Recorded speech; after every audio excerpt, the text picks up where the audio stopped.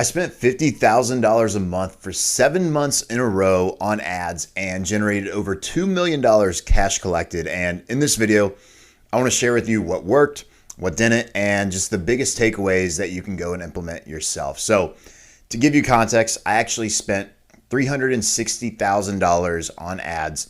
And in this video, I'm going to break down the 7 biggest lessons I personally learned, including what worked, what didn't, and how I turned that into over $2 million cash collected. Yes, that's cash collected. It's not revenue. It is money in the bank. I always like to put a screenshot just to show you what I'm sharing here is actually real. And for context, I'm not a newbie when it comes to ads. I've actually been running ads since 2018. Every single month since then. I started off with e-commerce and then built an agency and then went into the done with you route. And in the last 3 years, 2 or 3 years, give or take, I've actually helped 1,400 plus high ticket coaches and helping them scale to 100K plus months. Now, I'm not here to give you a whole life story. If you want that, there'll be a video in the description down below. You can click on it, learn a little bit more about me. But today, I'm going to break down the 7 lessons I learned that will save you time, money, and most importantly, just headache when getting into scaling ads. So let's just jump right into it. Lesson number 1 is unrealistic expectations will kill your ads. I see it all the time where people actually think a 10 to 20x ROAS is attainable every single month. It's not. Maybe when you're first getting started, we call those actually unicorn numbers. And don't get me wrong, we've actually had a lot of clients come through that have a month where they're doing over a 20x ROAS. But I'll just be the first person to tell you, if no one's ever told you this, it'll be a wake-up call. That's not sustainable long-term, especially as you start scaling. We usually see this with people that they already have a big audience or somewhat of a decent audience, and then they start running ads for the first time. We call it really the low-hanging fruit, but it's not sustainable when you're going after cold traffic and really building in an ads platform as you scale. And I'll explain that here in a second, because at scale, when you're doing numbers that are like a 3 to 6x ROAS, that's already really good. I've actually had clients come through when they've had a 6x ROAS and they turned off their ads because they didn't think it was good enough or they got tired of it, which is the most ridiculous thing in the world. But it kind of comes down to the biggest lesson is have realistic expectations when it comes to your ads. Have realistic expectations when it comes to your business, because when you can set realistic goals, you can focus on actually how to grow the business the right way. And to give you context, if you don't really understand ROAS, which first off, return on ad spend, hopefully we're on that same page right now. But I have some friends that are spending $50,000 a day on ads and they're happy with a 2x ROAS. And some people are like, 2x ROAS, why? It's like, well, if you're spending $50,000 a day and you're making 100, you're pocketing 50, it's a pretty good ROAS, right? And a lot of people don't really think like that. They just get so caught up in this number that they don't actually break it down. So lesson number 2 kind of piggybacks off lesson number 1 is if you don't track your numbers, you're wasting money.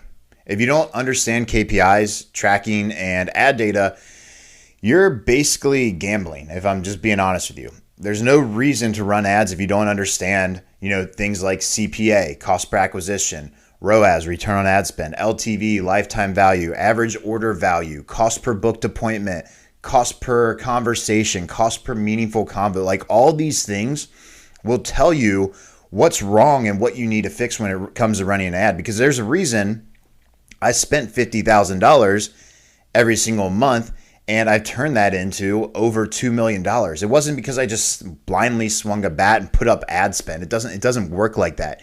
You have to understand how to, one, understand KPIs, but also how to optimize KPIs. So if you're not tracking KPIs, I'll just be the first person to tell you, man, you're probably better just putting your money into a meme coin. I heard the peanut squirrel meme coin is actually has a better chance than actually just blindly putting money into ads. Like, I'd rather you not put money into ads if you don't understand this stuff, because then you're just going to waste money. You're going to have a bad experience. And if you're that person that doesn't want to learn it, just go put your money in a meme coin. Like, do us all a favor, because there's a ton of people out there that say, oh, ads don't work, all this stuff. And it's like, those are the type of people that are better off just investing in a meme coin, have a really high, and then everything crash and burn and crumble from there.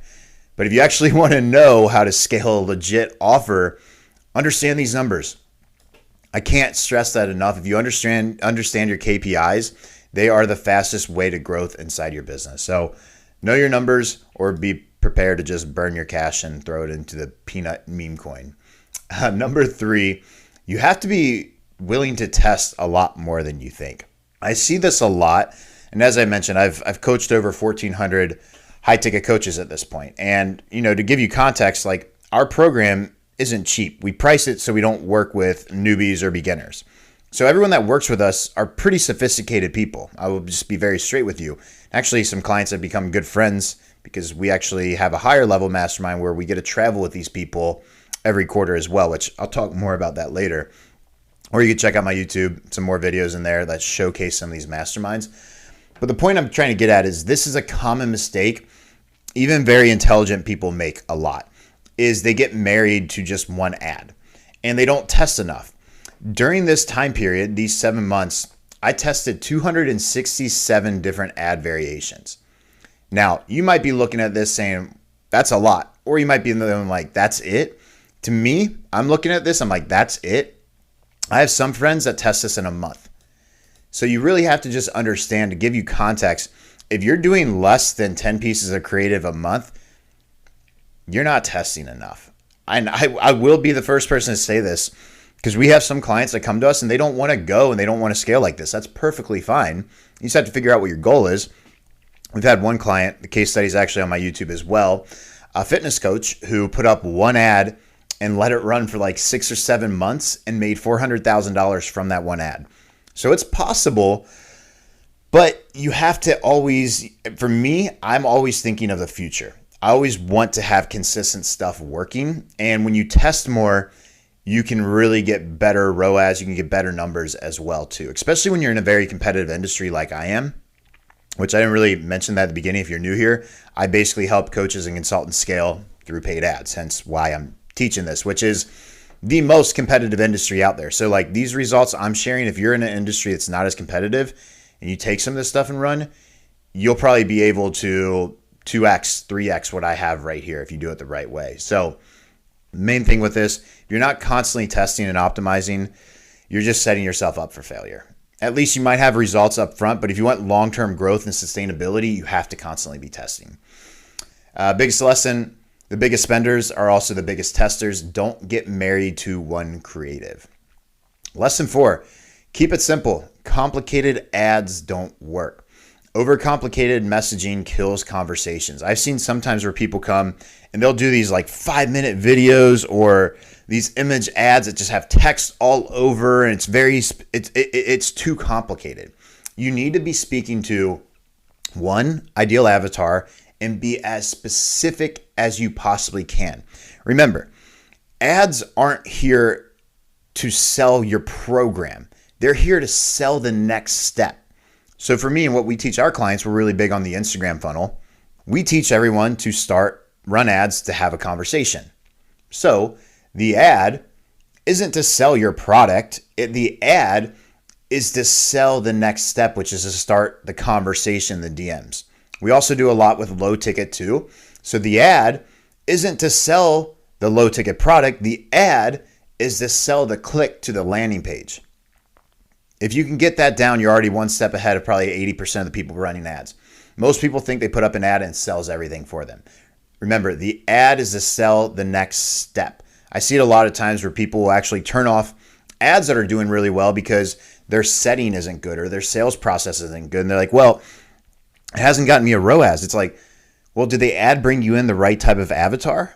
Yeah, okay, then keep it. The ad's doing its job. So understanding like how to separate it is a whole nother category as well. But like it all comes down to just keeping it simple and speaking to one ideal avatar as you go. The thing I see all the time, and I have to call this out, guys, is like if you're somebody that's running an ad, you're like trying to call out entrepreneurs or busy CEOs or executives. I'll just save you the headache and the money right now. Just don't even do that. When you call out busy CEOs or entrepreneurs, it's like the people at McDonald's consider themselves CEOs and entrepreneurs nowadays. I mean, seriously, go on Instagram. Do you know anybody that actually is running a legit business that has the title, like in our business, our line of work, that has like the title CEO? No, because they're way more professional than that. The only people that put like entrepreneur or CEO in their titles nowadays are people that work at McDonald's or work at Walmart. You know, they're flipping a burger. They're like, I'm the CEO of flipping this burger. It's like, dude, come on. You got to get more specific with it. And again, like I said, we have a lot of high-level people that join our program, but still this is a thing where they don't really think about it. And it's not to blame you. It's just these are things that how the algorithm, it used to optimize like this, where if you had, they could actually track CEOs by calling out CEOs. But now, again, because things have changed a lot since 2018, you have to be more specific. And I see way too many people overcomplicating this. They overcomplicate their copy, their offer, and their targeting.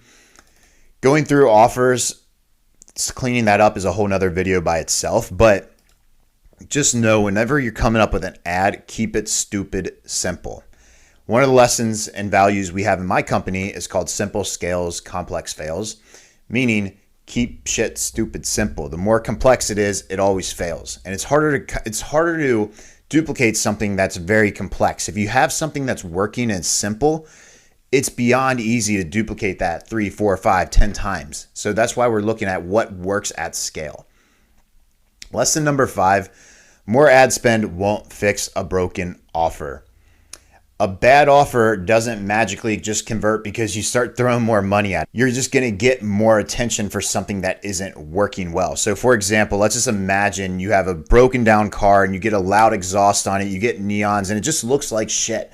Well, if you make it more loud and more noticeable, you're just going to get more shitty attention to it, right? So it's like the same thing when it comes to ads. If you have a broken offer, a broken funnel, a broken system, and you just try amplifying it, it's just going to break 10 times more over and over and over again. And a lot of times I see this where people try to 10x their offer when in reality their offer is shit and they just get a bunch of shitty clients that work with them, and then they hit a burnout phase and never want to grow from there. So like ads are one piece of the puzzle. And a lot of people don't really realize that. They think if they can just get ads, they will solve everything else in their business. It doesn't work like that. I've seen people scale an ad with bad positioning, weak messaging, or the wrong audience, and they just lose a lot more money along the way, and it just leads to more headache. So instead of just tweaking your ad, sometimes you need to see if your offer and who you're speaking to actually work the right way. So like when a client works with us, before we even run ads with them, we have them fill out and do this worksheet speaking to their ideal avatar. Now, I'm not going to get into all the details right now, but a quick thing that you can do is take 30 minutes, whatever it might be, and just go into a Google Doc like this and just write down who your ideal avatar is, what keeps them up at night. Actually get images of them. And if you already have a lot of clients, it's 10 times easier. Go take their photos, put them on a page, write down every pain point they had, and speak to that exact ideal type of client every time when you're marketing. Don't speak to anyone else. Just speak to them over and over and over again. Because the lesson here is ads will amplify whatever you're doing. If your offer isn't converting organically, don't expect it to get fixed by just running more ads. Now, lesson number 6, stop blindly following trends online. Know your audience. There's a lot of trends. There's a lot of people in this space that have been successful, and they come out with these sayings, these trends, and some people look at these people like gods in the industry and listen to every single thing they say. Nothing against Alex Hormozi. I think he's a genius when it comes to building businesses, and honestly a lot more successful than I am. But some of the advice you have to take and understand if it makes sense for you and your industry. Because not every business should be charging the most in their industry. I had a client come to us and he was running ads and everything was working well. However, they weren't closing any deals. And we did a deep dive into it and we found out this client was charging $8,000 for a weight loss program to nurses. Nurses aren't going to pay $8,000 for a program on how to lose weight.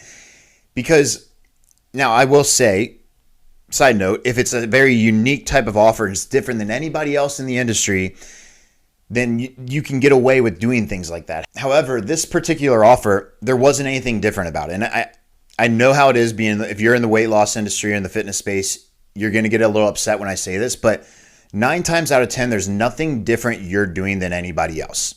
Just because the industry is so saturated already, you have to be honest with yourself. If you're helping people count macros and they get access to your app and they get these other things that every other fitness coach sells, there's nothing unique and different. And you can't charge 4 times the price of that because it's not going to work.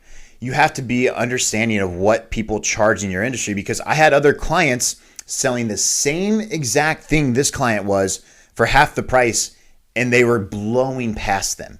And every time he got on a call, he would say, yeah, everybody's on fit. They're a nurse that's been in the business or been a nurse for 4 years. They had money stacked aside, but no one would pay $8K for a weight loss program. I'm like, well, if I was a nurse, I wouldn't pay $8K for a weight loss program.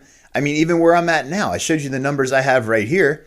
I still wouldn't pay $8K for a weight loss program or a fitness program. So you have to understand who you're really speaking to, because there is a lot of advice that's good, but it has to make sense for your industry. So lesson here is understand your market. Do the research, do the time to actually understand what the pricing is in there. Now, as you get really good and the results make sense, then you can start scaling up. But by no means should you just start and charge $10,000 for something that you've never even done before or that you don't have a ton of results for. Not saying this particular person, but I'm saying in this space, especially with ads, you need to find where the market will buy from and then start increasing from there.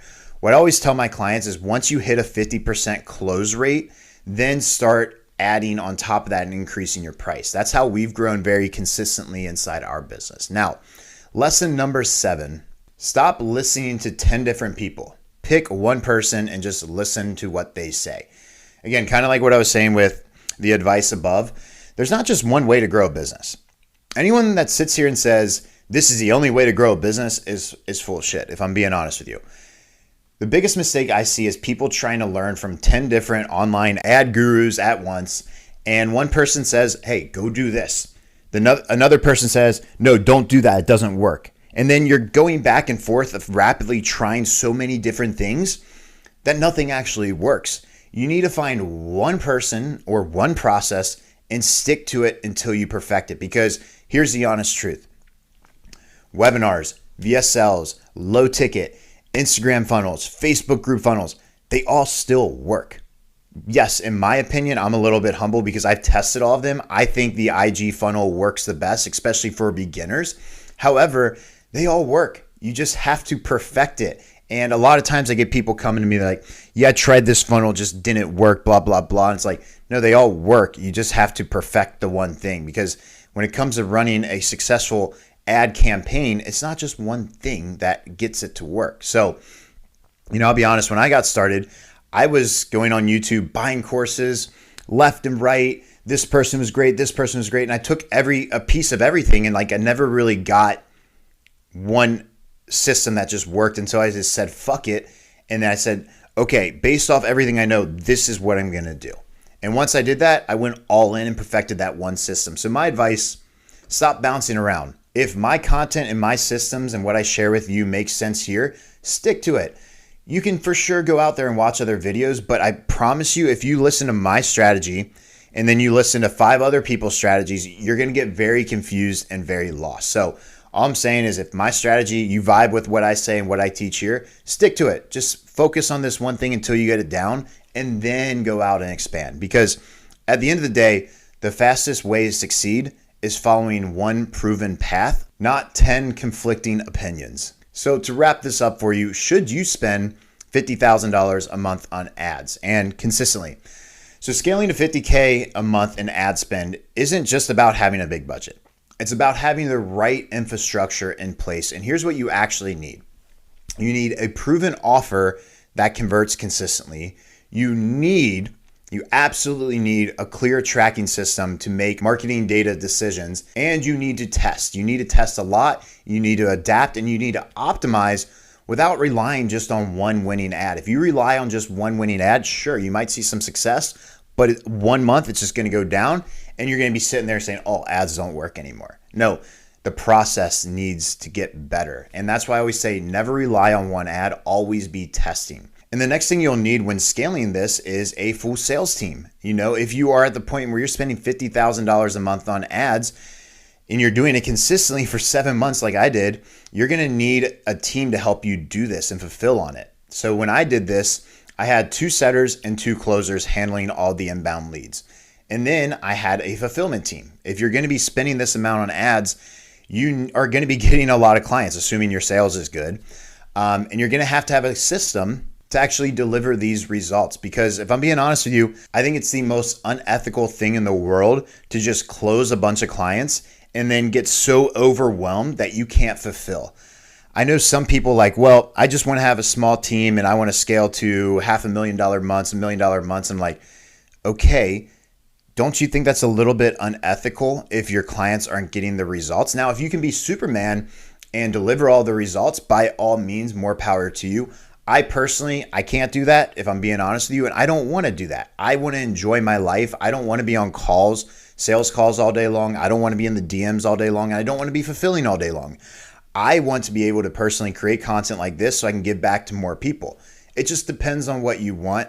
My biggest advice, don't be a cheap ass that just tries to keep all the profit for yourself and then let your clients' results suffer because you won't hire help. I've seen that happen a lot, and I just would highly recommend staying away from that. Dip into your margin. That's why there's a thing called margin, so you can build and you can fulfill and you can help more people. Now, there's a lot more that really goes into it, but I'd say these are the non-negotiables if you want to scale to 50K a month in ad spend. So I hope you guys found value in this video. If you have any specific questions on ads or scaling to $2 million plus in 7 months, just drop them down below, and I'll personally actually take the time out of my day and respond to make sure that you get a thorough answer.